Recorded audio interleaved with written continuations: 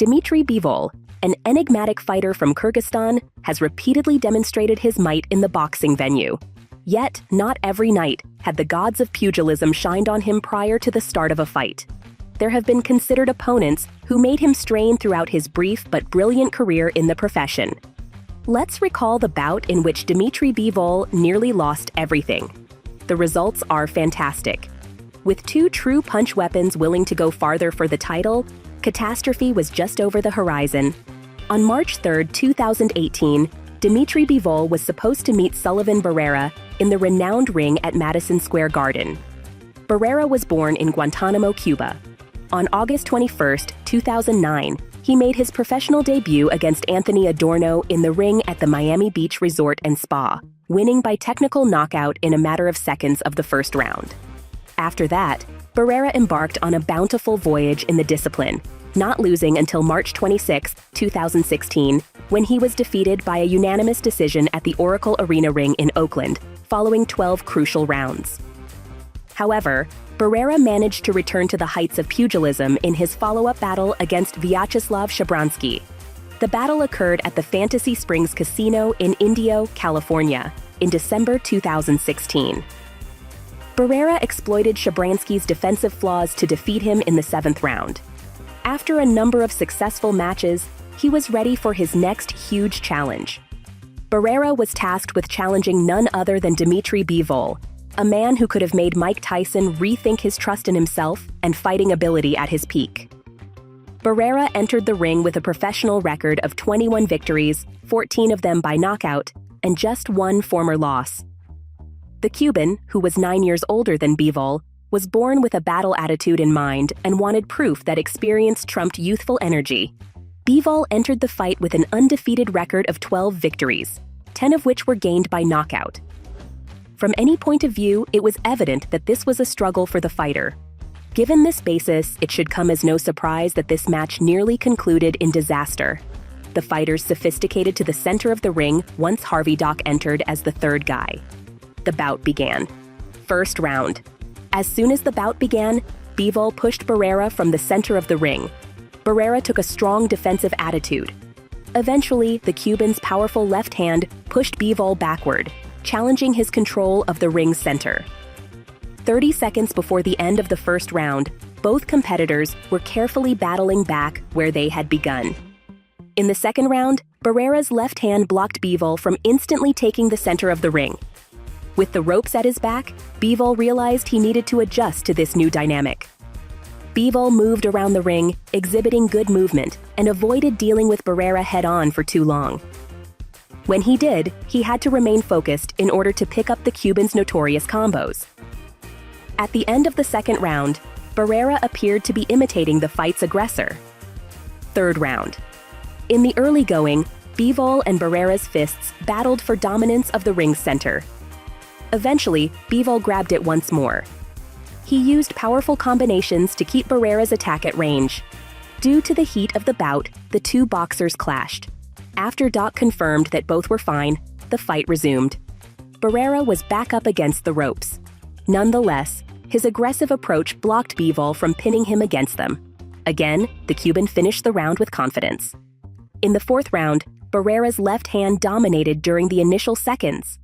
The Cubans appeared determined to defeat Bivol until the counterattack arrived. A strong right hand from Bivol launched an onslaught, forcing Barrera to move the position. Bivol excelled in this unusual scenario. He followed Barrera, hoping for an opportunity to land the crucial punch until a clinch caused Doc to put some space between them. Far from scaring him, Bivol simply sparked the Cuban's warrior instincts. Despite the crowd yelling his name, Bivol struggled to retain his power. For the first time, he made Barrera appear helpless. In the fifth round, Barrera started out more cautiously since he realized he couldn't replicate what took place in the previous round.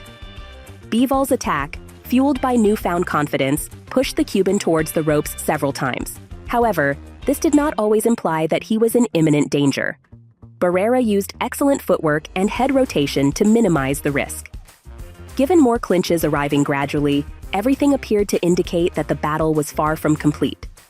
In the sixth round, Barrera's left hand was critical to his method of keeping Bivol at arm's length. The Cuban was unwilling to allow him to get too near to the battle, but he was interested in keeping him inside range of his offense.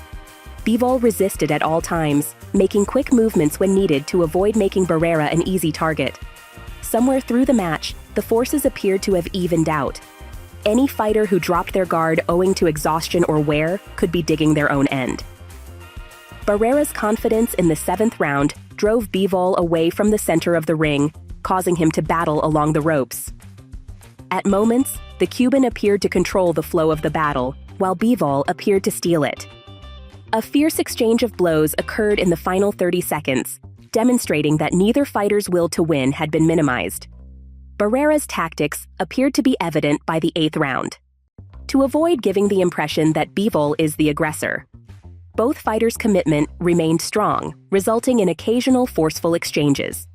In any event, the seriousness of their offenses appeared to move from aggressive combat to tactical in nature, with outbursts of a high degree of aggression. During the final 15 seconds of the round, Bivol actually put Barrera at risk by trapping him against the ropes. At the very beginning of the 9th round, Bivol paused a few seconds to check his wounds. Even yet, however, he didn't let that make him appear weak. Punches flew in every direction, as the two rivals fought on the ropes at various times. They were counting on the perfect hit that would bring out their opponent's shortcomings, and if not permanently, disable them. In the 10th round, Barrera's left hand, in an attempt to keep Bivol at bay, established the tone for the round. Both fighters examined every step they took, weighing the likelihood of a counterattack after each punch they executed. At first sight, it appeared that tactical fighting was the new direction to take. After 10 rounds, the fight appeared to be stabilizing. In the 11th round, with the judge's decision looming, a new factor emerged: survival. Neither wanted to tumble at this point, let alone be stopped. As a result, both boxers appeared to be taking measures. Bivol denied Barrera the opportunity to attack. Everything seemed to point to the judges selecting the winner. The 12th round has only 3 minutes to survive, as if it were a spin-off of The Purge. But, like with many good motion pictures, the ending was surprising. Barrera, who most likely assumed both were betting on ending on their feet, dialed back his offensive, while Bivol unleashed the heavy ordnance. After a couple of testing punches at the Cuban's guard, Bivol ended the deal with a scary left-right combination that knocked him to the ground. Once there, Doc pronounced the final sentence, signaling the conclusion of the bout. Dmitry Bivol emerged unhurt from the ring after nearly 12 full hard rounds, winning via knockout at 1 minute and 41 seconds. Bivol's powerful fight was a near disaster, but it also showed what makes boxing so appealing: the tension, the risk involved, and most crucially, the incredible force.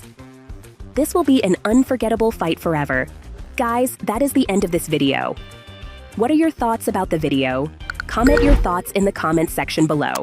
Let's meet again with another interesting video.